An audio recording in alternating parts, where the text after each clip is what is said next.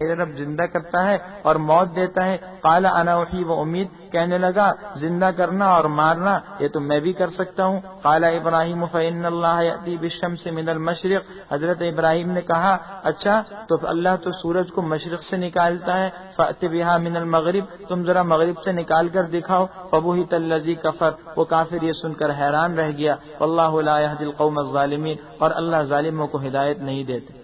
نمرود اپنے زمانے کا ظالم مجابر بادشاہ جو ابراہیم علیہ السلام کے زمانے میں تھا. ابراہیم علیہ السلام کو اس سے یہ مناظرہ ہوا. جب ابراہیم علیہ السلام نے اللہ کی ربوبیت کو پیش کیا اور یہ بتایا کہ اللہ ہی وہ ہیں جو زندہ کرتے اور مارتے ہیں, تو وہ صرف بادشاہت کے اکڑ میں آ کر کہنے لگا کہ یہ کام تو میں بھی کر سکتا ہوں. ایک آدمی کو بلایا اور حکم دیا اس سے گردن اڑا دی جائے, اس کو قتل کر دیا گیا. کہا دیکھو اس کو تو میں نے مار دیا اور دوسرے کو میں نے نہیں مارا. وہ بے وقوف یہ سمجھا کہ زندہ کرنے اور مارنے کا مطلب یہ ہے, حالانکہ زندہ کرنے اور مارنے کا مطلب یہ تھوڑی ہے.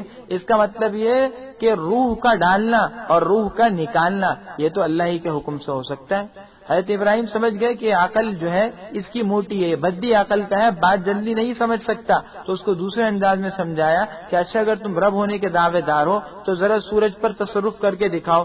رب تو وہ ہوتا ہے کہ جس کے قبضے میں ہر چیز ہوتی ہے. میرے رب سورج کو مشرق سے نکالتا ہے, تم اس کے مقابلے میں مغرب سے نکال کر دکھا دو. خاموش ہو گیا, کوئی جواب نہیں دے سکا. حضرت ابراہیم مناظرے میں جیت گئے, اللہ کی وحدانیت کو اس کے رب ہونے کو ثابت کیا.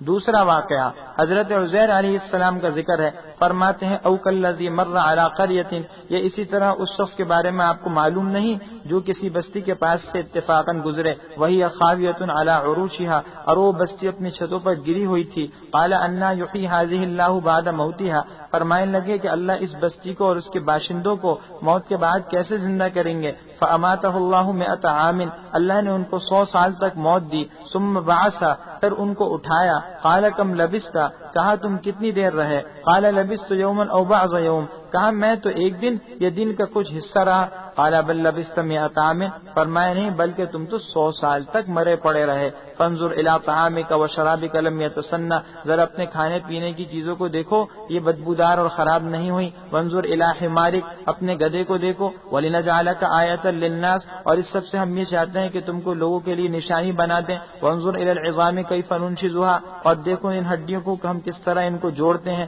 ثم نكسوها لحما, تو ان پر گوشت بھی چڑھا دیتے ہیں. فلما تبين له, جب ان کے سامنے یہ ساری صورتحال واضح ہو گئی. قال اعلم ان اللہ علی کل شیء قدیر, کہا مجھے اس بات کا علم ہے اور میں اس بات پر یقین رکھتا ہوں کہ اللہ کو ہر چیز پر قدرت ہے. عزیر علیہ السلام ایک بستی کے پاس سے گزرے تھے جو بالکل ویران میں برباد ہو گئی تھی. ان کو تعجب تھا, ظاہر یقین تو نبی کو ہوتا ہے اور ان کو بھی تھا, لیکن ایک تعجب تھا کہ مرنے کے بعد زندہ کرنے کی شکل کیا ہوگی. تو اللہ نے اس کا عملی مشاہدہ ان کو اس طرح کرایا کہ خود ان پر 100 سال تک موت مسلط کر دی. 100 سال تک موت طاری رہی ان پر بھی اور ان کا گدھا جو ان کی سواری تھی اس پر بھی. 100 سال کے بعد زندہ ہوئے تو کیا دیکھتے ہیں کہ گدھے کی ہڈیاں بوسیدہ پڑی ہیں. سمجھے شاید آدھا ایک دن سویا ہوں. اللہ نے بتایا 100 سال تمہیں موت رہی ہے, اور اس کے بعد پھر اللہ نے ایک عجیب بات تو یہ فرمائی کہ جو ان کا کھانا تھا وہ 100 سال تک محفوظ رہا, اس میں کوئی خرابی نہیں ہوئی. دوسری بات یہ ہے کہ اللہ جل شانہ نے پھر ان کے سامنے زندہ کرنے کا عملی مظاہرہ اس طرح فرمایا کہ جو گدھا تھا جس کی ہڈیاں بوسیدے تھیں انہی کے سامنے اس کی ہڈیاں جڑی, اس پر گوشت چڑھا اور وہ گدھا ایک زندہ جانور کی شکل میں کھڑا ہو کر ہنہنانے لگا. ان کو اللہ کی قدرت کا مزید یقین ہو گیا. تیسرا واقعہ ذکر ہو رہا ہے وَإِذْ قَالَ إِبْرَاهِيمُ رَبِّ أَرِنِي كَيْفَ تُحْيِي الْمَوْتَى, اور یاد کیجیے اس وقت کو جبکہ حضرت ابراہیم نے کہا اے میرے رب مجھے دکھلائیے کہ آپ مردوں کو کس طرح زندہ کرتے ہیں. قَالَ وَلَمْ تُؤْمِنْ, اللہ نے فرمایا کہ تمہیں یقین نہیں. قَالَ بَلَا, کہا کیوں نہیں. وَلَكِنْ لِيَطْمَئِنَّ قَلْبِي, لیکن میں دل کا اطمینان مزید چاہتا ہوں. قَالَ فَخُذْ أَرْبَعَةً مِنَ الطَّيْرِ, فرمایا اچھا ایسا کرو تم 4 پرندے لے لو. فَصُرْهُنَّ إِلَيْكَ, ان کو اپنے سے مانوس کر لو. ثُمَّ اجْعَلْ عَلَى كُلِّ جَبَلٍ مِّنْهُنَّ جُزْءًا, اور اس کے بعد ہر پہاڑ پر ان کا ایک ایک حصہ رکھ دو. ثُمَّ ادْعُوهُنَّ, اور پھر ان کو پکارو اور اپنی طرف بلاؤ. يَأْتِينَكَ سَعْيًا, وہ تمہاری طرف دوڑتے ہوئے آئیں گے. وَاعْلَمْ أَنَّ اللَّهَ عَزِيزٌ حَكِيمٌ, جان لو کہ اللہ زبردست اور حکمت والے ہیں. ابراہیم علیہ السلام کو اس بات کا یقین تھا, لیکن اس بات کا شوق ہوا کہ میں اس کا عملی مظاہرہ دیکھوں کہ مردہ کس طرح زندہ ہوگا. تو اللہ نے ان کو پھر یہ اس کا عملی مظاہرہ دکھایا کہ 4 پرندے لے لو, انہیں اپنے سے مانوس کر دو تاکہ وہ تمہاری آواز سمجھ سکیں. اور تمہیں بھی اس بات کا یقین ہو کہ یہ وہی 4 پرندے ہیں، کوئی اور سے پرندے نہیں، وہی 4 ہیں جنہیں میں نے اپنے ہاتھ سے ذبح کیا تھا۔ مانوس کرنے کے بعد پھر کیا کرو، ان کو ذبح کرو، ان کے گوشت کا قیمہ بنا لو، اور ان 4 کو پروں سمیت بالکل ملانے کے بعد پھر 4 حصوں میں بانٹ دو، اور ہر حصہ ایک ایک پہاڑ کی چوٹی پر رکھ دو۔ چنانچہ اللہ کے حکم سے ایسا ہی کیا، اور اللہ نے کہا کہ اس کے بعد پھر ان کو آواز دے کر پکارنا تو وہ پرندے دوڑتے ہوئے آ جائیں گے۔ ایسا ہی ہوا۔ روح المعانی تفسیر میں لکھا ہے کہ جب انہوں نے آواز دی کہ تم اللہ کے حکم سے زندہ ہو جاؤ، تو اس پھر کیا ہوا کہ ہڈیوں سے ہڈیاں مل گئیں، گوشت سے گوشت مل گیا، پر سے پر مل گیا، اور سارے کے سارے پرندے اپنی اپنی شکل میں وجود میں آئے اور دوڑتے ہوئے آ گئے۔ ان کو یقین ہو گیا کہ بے شک اللہ کو اس پر قدرت ہے۔ آگے اللہ جل شانہ کے راستے میں خرچ کرنے کی ترغیب ہے اور اس کا ثواب بیان کیا جا رہا ہے، اور اس کے ساتھ ساتھ اس بات پر متنبہ کیا جا رہا ہے کہ اللہ کے راستے میں خرچ ہونے کی بنیادی شرط یہ ہے کہ اخلاص ہو، ریا اور نمود اور دکھاوا نہ ہو۔ اگر کافر یا مشرک خرچ کر رہا ہے، خواہ وہ کسی بھی رفاہی کام میں خرچ کرے، کسی بھی اچھے کام میں خرچ کرے، یا کوئی مسلمان خرچ کر رہا ہے، خواہ وہ سارا کا سارا مال لوٹا دے، لیکن نمود اور دکھاوا ہے تو اللہ کیوں اس کے ذرہ برابر وقعت نہیں ہے، محنت بہت کی لیکن ملا کچھ نہیں۔ تو فرماتے ہیں مثل الذین ينفقون اموالهم فی سبیل اللہ، وہ لوگ جو اللہ کے راستے میں خرچ کرتے ہیں ان کے اس مال کی مثال ایسی ہے کمثل حبۃ انبتت 7 سنابل، جیسا کہ ایک دانہ وہ 7 بالیں نکالے، فی کل سنبلۃ 100 حبۃ، اور ہر بال میں 100 دانے ہوں، واللہ یضاعف لمن یشاء، اللہ جس کو چاہتا ہے اس سے بھی زیادہ دیتا ہے، واللہ واسع علیم، اللہ بڑی وسعت والے اور علم والے ہیں۔ ذرا غور تو کیجئے، کسان ایک دانہ ڈال رہا ہے، اس کو اس ایک دانے کے بدلے میں 700 دانے مل رہے ہیں غلے کے، یہ کتنی بڑی نفع بخش تجارت ہے۔ تو اللہ نے بتایا اسی طرح جو اللہ کے راستے میں خاص طور پر جہاد میں اور دوسرے خیر کے کاموں میں خرچ کرتے ہیں تو ایک نیکی پر 700 گنا ثواب ملے گا۔ اگر اخلاص اور زیادہ ہوا ثواب میں اور اضافہ ہو جائے گا۔ الذین ينفقون اموالهم فی سبیل اللہ، جو لوگ اپنے مال اللہ کے راستے میں خرچ کرتے ہیں، ثم لا يتبعون ما انفقوا منا ولا اذى، پھر جو خرچ کرتے ہیں اس کے بعد نہ احسان جتلاتے ہیں نہ کسی کو تکلیف دیتے ہیں، لهم اجرهم عند ربهم، ان کا اجر ان کے رب کے پاس محفوظ ہے، ولا خوف علیہم ولا هم يحزنون، نہ آخرت میں ان پر کوئی خوف ہوگا نہ وہ غمگین ہوں گے۔ قول معروف ومغفرۃ، اچھی بات کہہ دینا اور بخشش کر دینا، خیر من صدقۃ یتبعها اذى، یہ تو اس صدقے اور خیرات سے بہتر ہے جس کے بعد دوسرے کو تکلیف ہو۔ واللہ غنی حلیم، اللہ بے پرواہ و بردبار ہے۔ بسا اوقات ایسا ہوتا ہے کہ ایک آدمی کسی سے مانگتا ہے، اس کے پاس دینے کو کچھ نہیں ہوتا یا دینے کو ہوتا ہے لیکن دینا نہیں چاہتا، اس کا ادب اور سلیقہ سکھایا، ایسی صورت میں بہت شائستگی سے اس کو ٹال دو، یہ بہتر ہے اس سے کہ اس کو سختی سے جھڑکو، بلکہ یہ تو اس سے بھی بہتر ہے کہ ایک آدمی مال خرچ کرنے کے بعد اس کو جتلاتا ہے، اس کی عزت نفس پر وار لگاتا ہے، اس کو کسی قسم کے جو ہے وہ طعن و تشنیع کا نشانہ بناتا ہے، تو اس سے تو بہتر ہے کہ تم دو ہی نہ اور خاموشی سے درگزر کرو، تو یہ اور زیادہ بہتر ہے۔ یا ایھا الذین آمنوا لا تبطلوا صدقاتکم بالمن والأذى، اے ایمان والو احسان جتلا کر اور دوسرے کو تکلیف دے کر اپنے صدقات کا ثواب باطل مت کرو۔ کالذی ينفق مالہ رئاء الناس، اس شخص کی طرح جو اپنے مال کو خرچ کر رہا ہے لوگوں کو دکھانے کے لیے، ولا یؤمن باللہ والیوم الآخر، اور اللہ اور آخرت پر ایمان نہیں رکھتا۔ فمثلہ کمثل صفوان علیہ تراب، اس کے مال کی مثال تو ایسی ہے جیسے کہ ایک چٹان ہو اور اس پر مٹی ہو، فاصابہ وابل، اس پر زور کی بارش برسے، فترکہ صلدا، اور وہ اسے بالکل صاف و چٹیل کر دے۔ لا یقدرون علی شیء مما کسبوا، یہ ریاکار اور برے لوگ اپنے اس مال کا تھوڑا سا بھی صلہ حاصل نہیں کر سکتے جو انہوں نے خرچ کیا۔ واللہ لا یہدی القوم الکافرین، اور اللہ کافروں کو ہدایت نہیں دیا کرتے۔ ریاکاری کی وجہ سے سارا مال ختم ہو گیا، جیسے کہ ایک چٹیل جگہ تھی، اس پر غلہ لگایا تھا، محنت بہت کی تھی، تھوڑی سی بارش آئی، ساری کی ساری محنت ضائع ہو گئی۔ اس کے مقابلے میں دیکھیے جو لوگ اللہ کی رضا کے لیے خرچ کر رہے ہیں ان کے خرچ کی کیا مثال ہے۔ وَمَثَلُ الَّذِينَ يُنْفِقُونَ أَمْوَالَهُمُ ابْتِغَاءَ مَرْضَاتِ اللَّهِ وَتَثْبِيتًا مِنْ أَنفُسِهِمْ، ان لوگوں کی مثال جو اپنے مال کو اللہ کی رضا حاصل کرنے کے لیے اور اپنے آپ کو اطمینان دلانے اور اپنے نفس کو جمانے کے لیے کرتے ہیں۔ كَمَثَلِ جَنَّةٍ بِرَبْوَةٍ أَصَابَهَا وَابِلٌ، ایسی ہے جیسا کہ ایک باغ ہو جو ایک اونچی جگہ یعنی ٹیلے پر ہو، أَصَابَهَا وَابِلٌ، اس پر بارش آئے تو فآتت أُكُلَهَا ضِعْفَيْن، تو وہ دگنا پھل رہا ہے۔ فإن لم يصبها وابل فطل، اگر اس پر موسلا دھار بارش نہ آئے تو فطل، تھوڑی سی فوار بھی کافی ہوگی۔ واللہ بما تعملون بصیر، اللہ جل شانہ دیکھ رہے ہیں تمہارے اعمال کو. ایود احدکم ان تکون له جنۃ من نخیل وعناب، کیا تم میں سے کسی کو یہ پسند ہے کہ اس کے لیے کھجوروں اور انگوروں کے باغات ہوں، تجری من تحتها الانہار، اس کے نیچے نیچے نہریں بہ رہی ہوں، له فیہا من کل الثمرات، اور اس میں اس کے پاس ہر قسم کے پھل ہوں، واصابہ الکبر، اور بڑھاپا اس کا آ چکا ہو، وله ذریۃ ضعفاء، اور اس کے کمزور چھوٹے بچے بھی ہوں، فاصابها اعصار فیہ نار فاحترقت، اس باغ پر آگ کا ایک بھرا ہوا بگولا ایسے چلے کہ وہ جل کر راکھ ہو جائے. کذالک یبین اللہ لکم الآیات لعلکم تتفکرون، اللہ اسی طرح تمہارے سامنے نشانیاں کھول کر بیان کرتے ہیں تاکہ تم غور و فکر کرو. یہ دو متضاد مثالیں ہیں. پہلی مثال اس شخص کی تھی جو اللہ کے راستے پر ایمان لایا اور اللہ کی رضا کے لیے مال خرچ کر رہا ہے. اس کی مثال تو ایسی جیسے بلند اوپر جگہ پر جو ایک زرخیز زمین ہے، چھوٹی سی زمین ہے، اس میں بارش بہت تیزی سے ہوئی، بلکہ صرف فوار برسی تو ایسا پھل آیا کہ سال میں 2 مرتبہ پھل آ رہا ہے. اور یہ لوگ جو اللہ کے راستے میں خرچ نہیں کرتے یا خرچ کرتے ہیں کسی بھی جگہ پر لیکن کفر و شرک ہے یا نمود ہے، تو ان کی ساری کی ساری محنت اس طرح ضائع ہو گئی، آخرت میں اس طرح ضائع ہوئی. جیسے ایک آدمی زندگی بھر زراعت کرتا ہے، زراعت کر کے اس نے غلہ نکالا اور دوسرے کے جو ہے پھل نکالے اور ایک اپنا باغ سجایا. اب بڑھاپے میں اسے اس کی تمنا ہے کہ ساری کی ساری محنت کا اب صلہ ہے، اب پھل کھانے کا وقت ہے، بچے بھی ہیں، اسے سخت ضرورت ہے. اچانک ایک ناگہانی آفت آتی ہے تو زندگی بھر کی جو محنت تھی وہ ساری کے ساری ضائع ہو جاتی ہے. بالکل یہی حال ہے، دنیا میں جو کچھ کیا اللہ کی آخرت میں ضائع ہو جائے گا اگر دکھاوا ہوا یا کفر و شرک ہوا. یا ایھا الذین آمنوا انفقوا من طیبات ما کسبتم، اے ایمان والو وہ پاکیزہ اور حلال چیزوں میں سے خرچ کرو جو تم نے کمائی، ومما اخرجنا لکم من الارض، اور اس میں سے جو زمین کی پیداوار ہم تمہارے لیے نکالیں، ولا تیمموا الخبیث منہ تنفقون، اور اس مال میں سے جو گندا اور ناپاک مال ہے اس کو دینے کا خرچ کرنے کا ارادہ مت کرنا. ولستم بآخذی، اور تم تو خود بھی یہ مال نہیں لیتے، الا ان تغمضوا فی، الا کہ تم چشم پوشی کر لو اور آنکھیں بند کر لو. واعلموا ان اللہ غنی حمید، جان لو کہ اللہ بے پرواہ اور قابل تعریف ہے. اپنے لیے گھٹیا مال لینا برداشت نہیں ہے تو اللہ کو گھٹیا مال کیوں دیتے ہو؟ اللہ جل شانہ کو بڑھیا مال دو.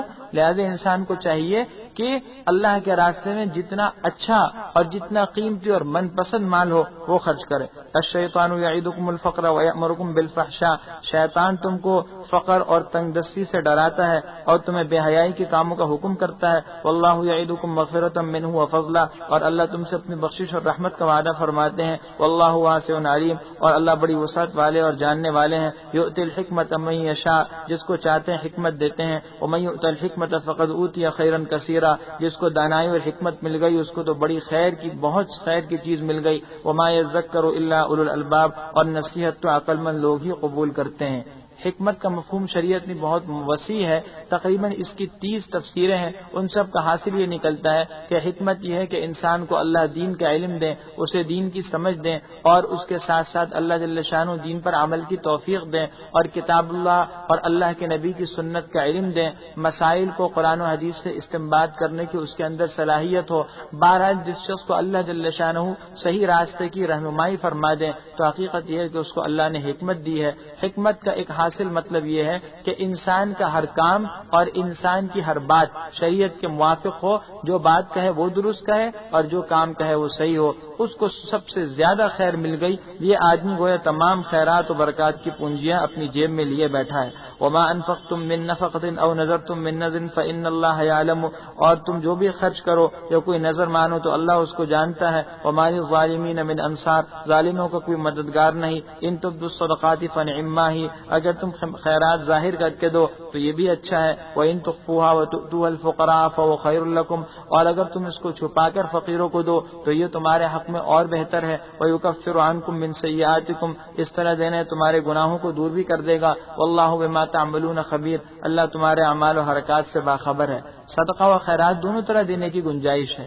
زیادہ بہتر یہ کہ چھپ کر دیا جائے تاکہ نمود کا اور دکھاوے کا جذبہ کم سے کم دل میں پیدا ہو اور اخلاص زیادہ ہو. اور یاد رکھیے 1 پیسہ اخلاص سے خرچ کرنا یہ ان 1,00,000 روپوں سے افضل ہے جس کے اندر نمود اور دکھاوا ہو. لیس علیک ھداھم ولکن اللہ یہدی من یشاء، اے پیغمبر آپ کے ذمے ان لوگوں کو ہدایت دینا نہیں بلکہ اللہ جس کو چاہتے ہیں ہدایت دے دیتے ہیں۔ وما تنفقوا من خیر فلانفسکم، جو مال تم خرچ کرو گے وہ تمہیں کو ملے گا، تمہیں کو اس کا فائدہ ہوگا۔ وما تنفقون الا ابتغاء وجه اللہ، جو تم خرچ نہیں کرو گے مگر اللہ کی رضا کے لیے۔ وما تنفقوا من خیر یوفى الیکم، تم جو بھی مال خرچ کرو گے تمہیں اس کا پورا ثواب ملے گا۔ وانتم لا تظلمون، اور تم پر ظلم نہیں ہوگا۔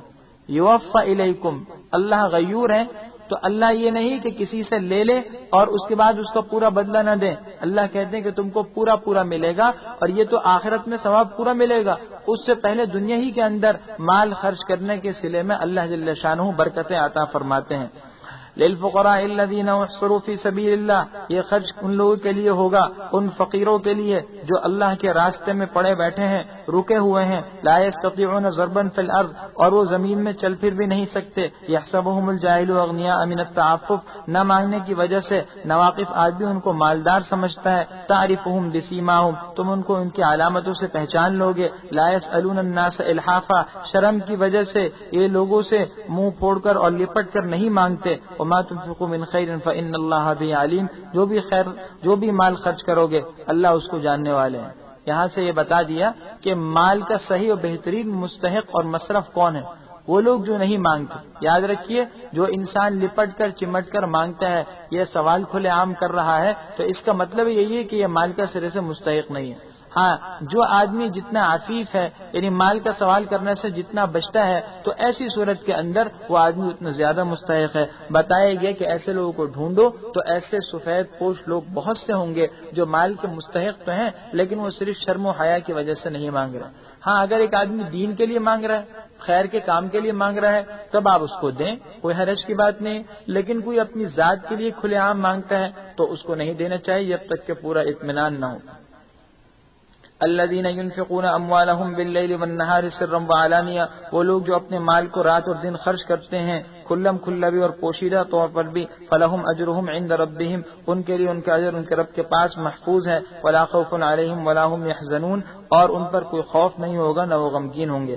الذين يأكلون الربا، وہ لوگ جو سود کھاتے ہیں، لا يقومون الا كما يقوم الذي يتخبطه الشيطان من المس، وہ اپنی قبروں سے اس طرح اٹھیں گے جیسا وہ شخص اٹھتا ہے جس کو کسی جن نے لپٹ کر دیوانہ بنا دیا ہو۔ ذلك بأنهم قالوا انما البيع مثل الربا، یہ سزا ان کو اس لیے ملے گی کہ وہ دنیا میں یہ کہتے تھے کہ بیع اور خرید و فروخت تو سود ہی کی طرح ہے، دونوں ایک جیسے کام ہیں۔ وأحل الله البيع وحرم الربا، اللہ نے بیع کو حلال کیا ہے اور ربا کو حرام کیا۔ سن لو، فمن جاءه موعظة من ربه فانتهى فله ما سلف، جس شخص کے پاس اس کے رب کی طرف سے نصیحت پہنچی اور وہ رک گیا اور باز آ گیا برے کرتوتوں سے، فله ما سلف، تو جو ہو چکا اس سے پہلے وہ اسی کا ہے۔ وامره الى الله، اور اس کا معاملہ خدا کے حوالے ہے۔ ومن عاد فاولئک اصحاب النار هم فيها خالدون، اور جو پھر دوبارہ سود لینے لگے گا تو یہ لوگ دوزخی ہیں جس میں وہ ہمیشہ رہیں گے۔ یمحق اللہ الربا ویربی الصدقات، اللہ سود کو گھٹاتے ہیں اور صدقات کو خیرات کو بڑھاتے ہیں۔ واللہ لا يحب كل كفار اثیم، اور اللہ جل شانہ کسی ناشکر گنہگار کو پسند نہیں کرتے۔ ان الذين آمنوا وعملوا الصالحات، وہ لوگ جو ایمان لائے اور انہوں نے نیک کام کیے، واقاموا الصلاة وآتوا الزکاة، اور نماز کی پابندی کی اور زکوٰۃ کو ادا کیا، لهم اجرهم عند ربهم، ان کو ان کے اجر ان کے رب کے پاس ان کے کاموں کا ثواب ملے گا۔ ولا خوف علیہم ولا هم يحزنون، اور نہ آخرت میں ان پر کوئی خوف ہوگا نہ وہ غمگین ہوں گے۔ یا ایھا الذین آمنوا اتقوا اللہ وذروا ما بقی من الربا، اے ایمان والو اللہ سے ڈرتے رہو اور جو تمہارا سود کسی کے ذمہ باقی رہ گیا اس کو چھوڑ دو، ان کنتم مؤمنین، اگر تم اللہ پر ایمان رکھتے ہو۔ فإن لم تفعلوا فأذنوا بحرب من اللہ ورسولہ، اگر تم ایسا نہیں کرو گے تو خبردار ہو جاؤ، اللہ کی طرف سے اور اس کے رسول کی طرف سے جنگ کا اعلان ہے۔ وإن تبتم فلکم رؤوس اموالکم، اور اگر تم توبہ کرو گے تو تم کو اپنی اصل رقم لینے کا حق ہے۔ لا تظلمون ولا تظلمون، نہ تو تم کسی پر ظلم کرو اور نہ تم پر کسی کا ظلم ہو۔ وإن كان ذو عسرة، اور اگر قرض لینے والا تنگ دست ہے، فنظرة إلى میسرہ، تو اسے مالداری اور وسعت حاصل ہونے تک مہلت ہے۔ وَأَن تَصَدَّقُوا خَيْرٌ لَكُمْ إِن كُنتُمْ تَعْلَمُونَ، اور صدقہ اور بخش دو تو یہ تمہارے حق میں بہت بہتر ہے اگر تم جانتے ہو۔ وَاتَّقُوا يَوْمًا تُرْجَعُونَ فِيهِ إِلَى اللَّهِ، اور اس دن سے ڈرو جس دن تم اللہ کی طرف لوٹائے جاؤ گے۔ ثُمَّ تُوَفَّىٰ كُلُّ نَفْسٍ مَا كَسَبَتْ وَهُمْ لَا يُظْلَمُونَ، پھر ہر نفس کو اس کے عمل کا پورا بدلہ دیا جائے گا اور ان پر کوئی نقصان نہیں ہوگا۔ یہ جتنی آیات اس رکوع میں ہیں، پہلی آیت کے بعد یہ ساری کی ساری آیات تقریباً یہ سود کے معاملے سے متعلق ہیں۔ اللہ جل شانہ نے ان آیات میں صاف اعلان فرمایا ہے سود کی حرمت کا۔ سود در حقیقت اسلام کے معاشی نظام کے حوالے سے سود سے متعلق تعلیمات بڑی اہمیت رکھتی ہیں۔ اس کی وجہ یہ ہے کہ اللہ نے جو سود کا حرام کیا ہے اس میں بہت سے سیاسی، معاشی، معاشرتی، تمدنی اور اخلاقی ایسے نقصانات ہیں جس کی بنا پر سودی لین دین کی شریعت میں کوئی گنجائش نہیں رکھی گئی۔ بات یہ ہے کہ انسان ہر چیز کو عقل کے تناظر میں نہیں دے سکتا۔ ایک عام تجارت ہے، ایک عام بے ہے، اس کی تو خرید و فروخت جائز ہے اگرچہ اس میں نفع لینے ہی کا حق ہوتا ہے، لیکن سود میں بھی تو نفع ہوتا ہے۔ مشرکین کو یہی دھوکہ ہوا کہ بھائی سود میں بھی اسی طرح ایک نفع والا معاملہ ہے، یہ عام بے کی طرح جائز ہوگا۔ اللہ نے کہا نہیں۔ بھائی جب اللہ نے بے کو حرام کر دیا، بے کو حلال کر دیا اور سود کو حرام کر دیا تو تمہیں پھر کیا حق ہے اپنی طرف سے عقل کے دوڑے گھوڑاؤ؟ ایک مسلمان کی شان ہے کہ جب وہ یہ سن لے کہ یہ چیز حلال اور یہ چیز حرام تو اس کو اسی طرح تسلیم کرے۔ بات یہ ہے کہ سود یعنی ہر وہ نفع جو انسان کو کسی مال پر بغیر کسی محنت کے مل رہا ہے اس کی شریعت میں اجازت کیسے ہو سکتی ہے؟ آج یہ نعرے لگائے جا رہے ہیں کہ جی سود جو ہے یہ ہمارے معیشت کے لیے بلکہ دنیا کی معیشت کے لیے ریڑھ کی ہڈی کی حیثیت رکھتا ہے۔ حقیقت یہ ریڑھ کی ہڈی نہیں ہے بلکہ ریڑھ کی ہڈی میں پلنے والا یہ وہ کیڑا ہے جو اس ریڑھ کی ہڈی کو کھائے چلا جا رہا ہے۔ سودی نظام اسلام میں ممنوع کیوں ہے؟ اس کی وجہ یہی ہے کہ یہ انسان کی انفرادی اور اجتماعی معیشت کو تباہ کر دیتا ہے، اور اس کا مشاہدہ ہے کہ سودی نظام کا ایک بہت بڑا نقصان تو یہی ہے کہ سرمایہ دار جو ہے وہ سرمایہ دار جو ہے بڑھتا چلا جا رہا ہے، اس کا سرمایہ کثرت سے بڑھتا چلا جا رہا ہے اور غریب سے غریب تر ہوتا چلا جا رہا ہے۔ وہ مال چند افراد کے ہاتھوں میں رہتا ہے اور انہی کے ہاتھ میں گھومتا رہتا ہے، غریب کو اس مال کا کوئی فائدہ نہیں ہوتا، جس سے معاشرے میں سرمایہ دار اور غریب لوگوں کے درمیان ایک خلیج بڑھتی چلی جاتی ہے۔ دوسری بات یہ ہے کہ سود کا ایک بہت بڑا نقصان یہ ہے کہ اس سے انسان کے دل میں مال کے حرص و حوث بڑھتی ہے۔ چنانچہ جو لوگ سود خور ہیں یا سودی لین دین کرتے ہیں یہ لوگ غریبوں کا خون چوس کر اور ان کے ایک ایک قطرے کو نچوڑ کر ان کی محنت کے صلے میں اپنے سرمایہ کو بڑھا رہے ہیں۔ ظاہر ہے اس کے نتیجے میں غریبوں کے دل میں ان کے بارے میں نفرت انگیز جذبات پیدا ہوں گے، اشتعال پیدا ہوگا، ان لوگوں کے معاشرے میں کوئی عزت اور وقار نہیں۔ اور سب سے بڑی بات یہ ہے کہ سود کے بارے میں اللہ نے صاف فرما دیا کہ سود کو اللہ مٹاتے ہیں اور صدقات کو بڑھاتے ہیں۔ بظاہر یہ بات سمجھ میں نہیں آتی کہ ایک آدمی اللہ کے راستے میں مال خرچ کر رہا ہے تو اس کا مال تو کم ہو گیا، 100 میں سے 10 خرچ کر دیے تو 90 رہ گئے، اور جب سودی معاملہ کیا تو 100 میں سے جب 100 دیے تو اس کے بدلے میں 110 ملے تو 10 روپے زیادہ ہوئے۔ اللہ کہتے ہیں یہاں تمہاری نظر دھوکہ کھا رہی ہے، اللہ کہتے ہیں حقیقت حال کچھ اور ہے۔ سود کا جو مال ہے وہ کم ہو رہا ہے اور صدقے والا مال بڑھ رہا ہے۔ وہ اس طرح کہ ایک تو آخرت میں جو اجر و ثواب ملے گا اس سے خود اندازہ ہو جائے گا کہ سود پر جو گناہ ہے اور صدقے پر جو ثواب ہے اس سے پتہ چل گیا بڑھوتری کس پر ہوئی۔ اس سے پہلے دنیا میں بھی اللہ دکھا دیتے ہیں۔ چنانچہ جو آدمی سودی معاملہ کرتا ہے ایک بات تو یہ ہے کہ یہ ضروری نہیں کہ اس کو نفع ہو۔ عام طور پر سود اور سٹا، جوا، اس طرح کے معاملات میں انسان بسا اوقات اپنا پورا کا پورا سرمایہ کھو بیٹھتا ہے۔ عام تجارتوں میں بھی اس طرح ممکن ہے، لیکن اتنے پیمانے پر نقصان نہیں ہوتا کہ کروڑوں کا سرمایہ ضائع ہو جائے۔ سود میں اس طرح ہوتا ہے کہ انسان تھوڑی عرصے میں دیوالیہ بن جاتا ہے، اس کا دیوالیہ نکل جاتا ہے۔ اور دوسری بات یہ ہے کہ انسان جو کچھ سودی معاملہ کر رہا ہے اگر ذرا سا غور کریں گے تو یہ بات بالکل واضح ہوگی کہ اس کا جو نفع ہے وہ پائیدار نہیں ہے۔ بعض اکابر سے منقول ہے کہ ہم نے اپنے بزرگوں سے یہ سنا کہ 40 سال بعد سود خور کا مال ختم ہونے لگتا ہے، اور یہ تجربے کی بات ہے۔ تو ایسا مال کس کام کا کہ جس سے آدمی کی نسل فائدہ نہ اٹھا سکے، ایسی محنت جو زندگی ہی میں ختم ہو جائے۔ اور پھر سب سے بڑی بات یہ ہے کہ اگر چلے مان بھی لیں کہ سود سے مال بظاہر بڑھ رہا ہے، اگرچہ معاشرے میں اس کی عزت نہیں، کوئی احترام نہیں ہے، تو یہ دیکھیے کہ آیا اس مال کا جو بنیادی مقصد ہے وہ بھی حاصل ہوا؟ مال کی برکت کہاں حاصل ہوئی؟ مال سے مقصد تو ہے راحت حاصل کرنا، مال سے مقصد ہے کہ اس طریقے سے زندگی گزارے دنیا کی ساری ضروریات دور ہو جائیں، اور ایسا ہوتا نہیں ہے۔ سود خور بیچارہ پریشانی ہی میں مبتلا رہے، ہر وقت پریشانی میں ہے، اور مال سے جو بنیادی مقصد ضروریات وہ پوری نہیں ہوتی، وہ بے سکونی میں مبتلا رہتا ہے۔ چنانچہ آج سے میرا خیال ہے 30 سال یا اس سے پہلے کی رپورٹ ہے کہ امریکہ جیسے ملک میں 75% سے زائد لوگ ایسے ہیں جو خواب آور اور نشہ آور گولیاں کھا کر نیند حاصل کرنا چاہتے ہیں، مگر اس کے باوجود انہیں نیند میسر نہیں آ رہی۔ کیوں؟ ان کے ملک کا پورا معاشی نظام، بلکہ انہوں نے دنیا کو اسی معاشی نظام میں جو ایک سودی نظام ہے اس میں جگڑ لیا۔ اللہ اس کے نتیجے میں انہیں دنیا میں یہ بات دکھا رہے ہیں کہ اس سود کی بنیاد پر تمہیں کبھی سکون حاصل نہیں ہو سکتا۔ اس کے برخلاف آپ اسلام کے معاشی نظام کو دیکھ لیں، اسلام میں عجیب توازن ہے۔ وہ توازن یہ ہے کہ نہ تو یہ کہا گیا کہ سرے سے کسی کی کوئی شخصی ملکیت ہی نہیں ہے، یہ بھی غلط، لیکن یہ بھی نہیں کہا گیا کہ سرمایہ دارانہ نظام اختیار کر لو، یہ بھی درست نہیں ہے، بلکہ حکم ہے کہ تم تجارت کرو، نفع کے ساتھ کرو، لیکن مالداروں کو یہ حکم دیا گیا کہ تم غریبوں کا اپنے اوپر حق سمجھو، اس مال میں غریب اور وہ لوگ جو دین کے کام میں ہیں ان کے لیے حصہ رکھو اور دین کے کاموں میں خرچ کرتے رہو، اللہ کے راستے میں اور غریبوں کی ضرورت مندی پورا کرنے میں۔ اس سے معاشرے میں جو ایک طبقاتی فرق ہے وہ خود بخود کم ہو جائے گا، اور غریب اور مالداروں کے درمیان باہمی محبت کی اور باہمی رضامندی کی ایک ایسی فضا قائم ہوگی جس کے نتیجے میں ایک مثالی معاشرہ وجود میں آ جائے گا۔ تو یہ ظاہر سی بات ہے، اس حیثیت سے دیکھا جائے کہ سود سے بچنا بہت ضروری ہے، خصوصاً دور حاضر میں، اس مادیت پرستی کے دور میں لوگوں کو مال کے لالچ میں پھنسانے کے لیے اور زیادہ سے زیادہ مال کا لالچ دے کر جو آج کل نئے نئے معاملات وجود میں لائے جا رہے ہیں، حقیقت یہ کہ یہ بڑے خطرناک ہیں۔ جب تک کسی متشرع اور جب تک کسی باضابطہ مستند عالم دین سے ان معاملات سے متعلق پوچھا نہ جائے، اس وقت تک ان معاملات میں قدم نہیں رکھنے چاہیے، کیونکہ ان میں سے اکثر ایسے معاملات ہیں جو سود، جوئے اور سٹے کے زمرے میں آتے ہیں، جس کی شریعت مطہرہ نے ممانعت کر دی۔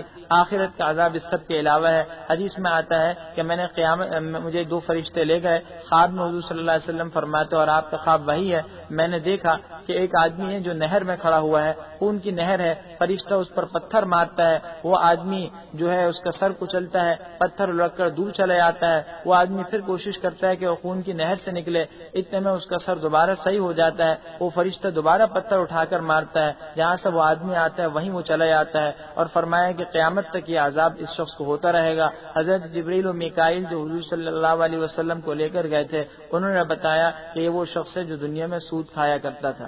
حدیث پاک میں کہ معراج کے موقع پر میرا گزر ایسے لوگوں کے پاس سے ہوا کہ جن کے پیٹ ایسے تھے جیسے بڑے بڑے مکانات ہوں، کمرے ہوں، اور ان کے پیٹ کے اندر سانپ اور بچھو تھے۔ فرمایا یہ وہ لوگ ہیں جو سود خور ہیں۔ ایک حدیث میں کہ سود کا 1 درہم لینا یا کھانا یہ 36 مرتبہ بدکاری اور زنا کرنے سے زیادہ سخت گناہ رکھتا ہے۔ ذرا سود کے متعلق اور بھی بہت سی احادیث ہیں، ان کو ذہن میں رکھیے گا۔ پھر معاشرے میں جو سود کو حلال تک کی حلال تک کرنے کی جو آوازیں معاذ اللہ اٹھائی جا رہی ہیں اس کو بھی دیکھ لیں، اور اللہ سے حفاظت مانگے اس چیز سے کہ اللہ ایسے نظام کو دنیا میں اور ہمارے ملک میں وجود میں لائے، اور اللہ اس کے متبادل جو اسلامی نظام ہے اس کو وجود بخشے۔ اس کے لیے دعا میں لگے رہنا یہ ہر مسلمان کا فریضہ ہے۔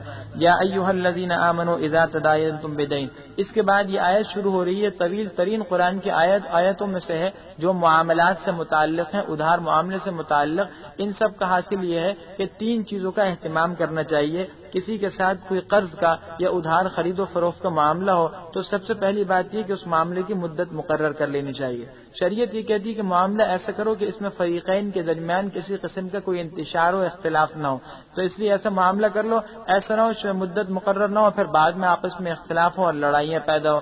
دوسری بات یہ کہ اس معاملے کو تحریری طور پر لکھ لیا جائے تاکہ بعد میں پھر کسی شخص کے بارے میں کوئی اختلاف ہو تو اس تحریری دستاویز کو دیکھ کر فیصلہ کرنے میں آسانی ہو۔ بالخصوص وہ شخص لکھے کہ جس کے ذمہ حق ہے، تاکہ تحریری ثبوت کے ساتھ ساتھ اپنے حق کا اعتراف بھی ہو۔ مقروض یا جس نے پیسے دینے ہیں وہ شخص یہ ثبوت لکھے گا۔ تیسرا حکم یہ دیا گیا کہ جس آدمی سے تحریر لکھوائی جائے وہ آدمی منتخب ہونا چاہیے، وہ نیک ہونا چاہیے۔ اور پھر ایک حکم یہ دیا گیا کہ 2 گواہ بھی مقرر کر لو جو نیک ہوں، اگر 2 مرد ہوں تو بہت بہتر، ورنہ 1 مرد اور 2 عورتیں ہوں، عورتیں 2 ہوں تاکہ ایک مرد کے قائم مقام بن جائے۔ اس کی وجہ خود قرآن نے بیان کر دی ہے۔ شریعت میں عورتوں کو گواہی کے اعتبار سے مردوں کے آگے رکھا گیا کیونکہ ان کی عقل و سمجھ کم ہے، ان کا حافظہ عموماً مردوں سے کم ہوتا ہے، اس لیے کہا گیا کہ عقل و سمجھ میں کمی کی بنا پر ان کی گواہی مردوں کی گواہی کے آدھے برابر ہے، 2 عورتیں مل کر ایک مرد کی گواہی کے برابر ہو جائیں گی،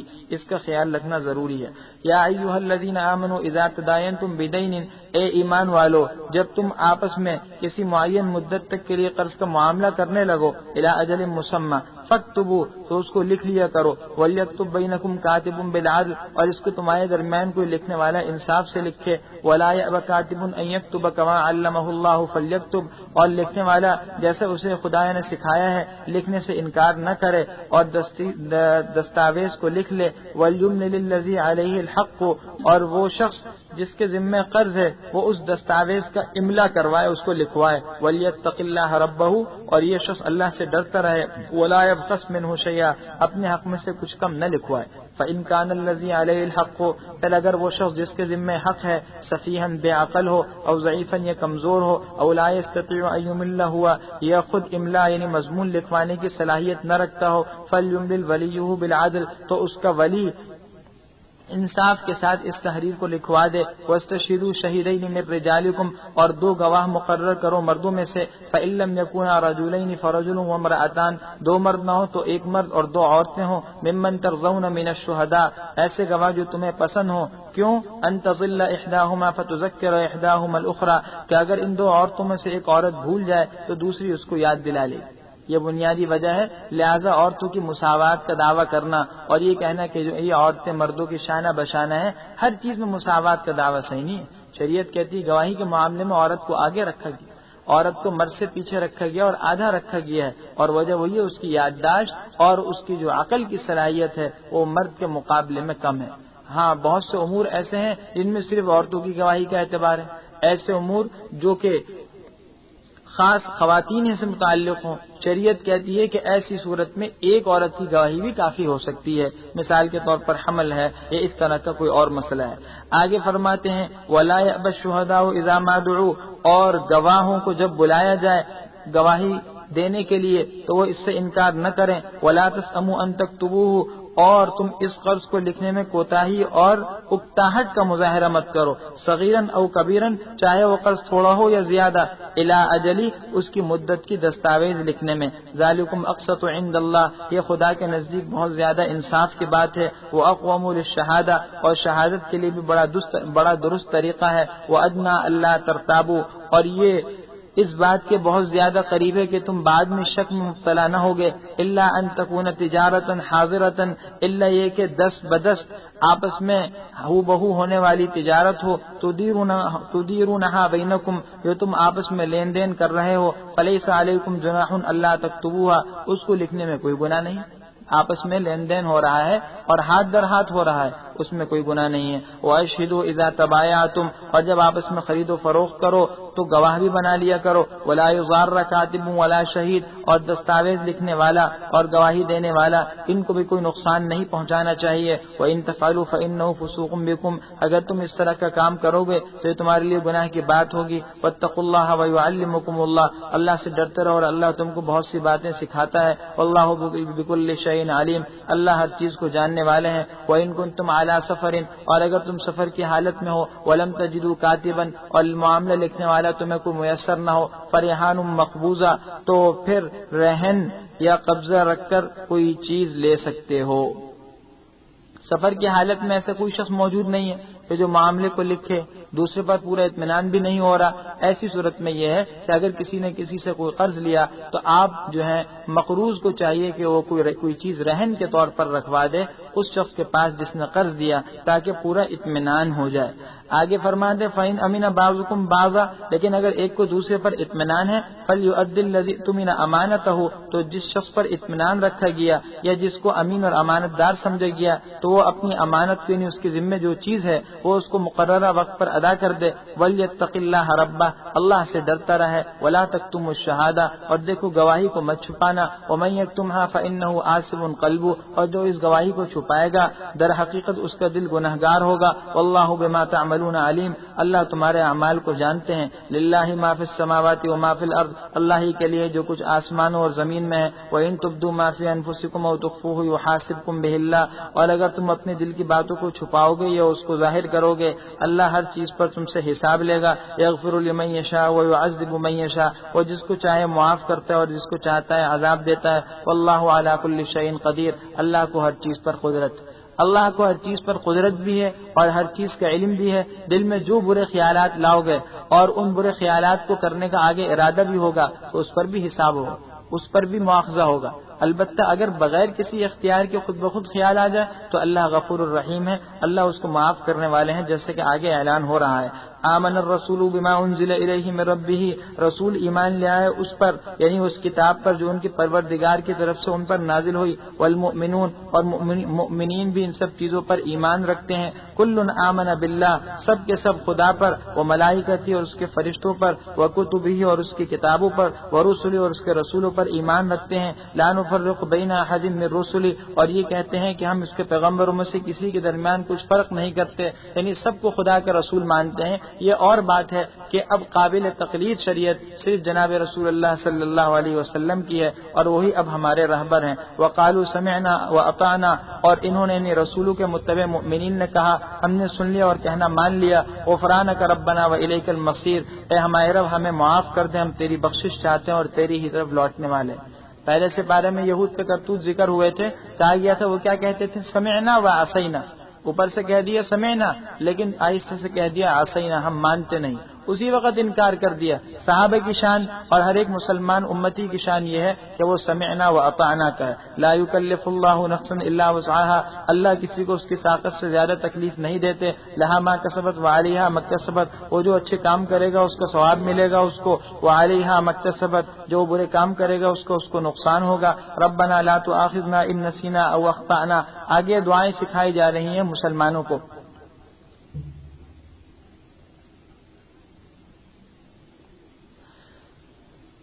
یہ جب شروع میں وہ آیات نازل ہوئیں جو اس رکوع کے شروع میں ابھی پڑھی گئیں کہ اللہ دل کے حالات کو بھی جانتے ہیں, ظاہری حالات کو جانتے ہیں, صحابہ کرام نے اس کے ظاہری مطلب کو لیا. جب اس کے ظاہری معنی ان کے ذہن میں آئے تو اس کی وجہ سے انہیں بڑی ذرا سی تکلیف ہوئی. تو اس کا ظاہری مطلب یہ تھا کہ دل میں جو خیالات آتے ہیں اس کو بھی پکڑ ہوگی. تو صحابہ نے کہا ہم ان خیالات سے کس طرح محفوظ ہو سکتے ہیں. حضور سے آ کر عرض کیا, حضور نے فرمایا کہ تم یہود کی طرح کہو گے سمعنا و عصینا, تم کہو سمعنا و اطعنا. چنانچہ صحابہ نے ایسا ہی کہا, لیکن دل میں خلیج تو باقی تھی. اللہ اپنے نیک بندوں کی لاج رکھتے ہیں. چنانچہ اللہ نے اس کے بعد یہ آیت نازل فرما دی, بتا دیے کہ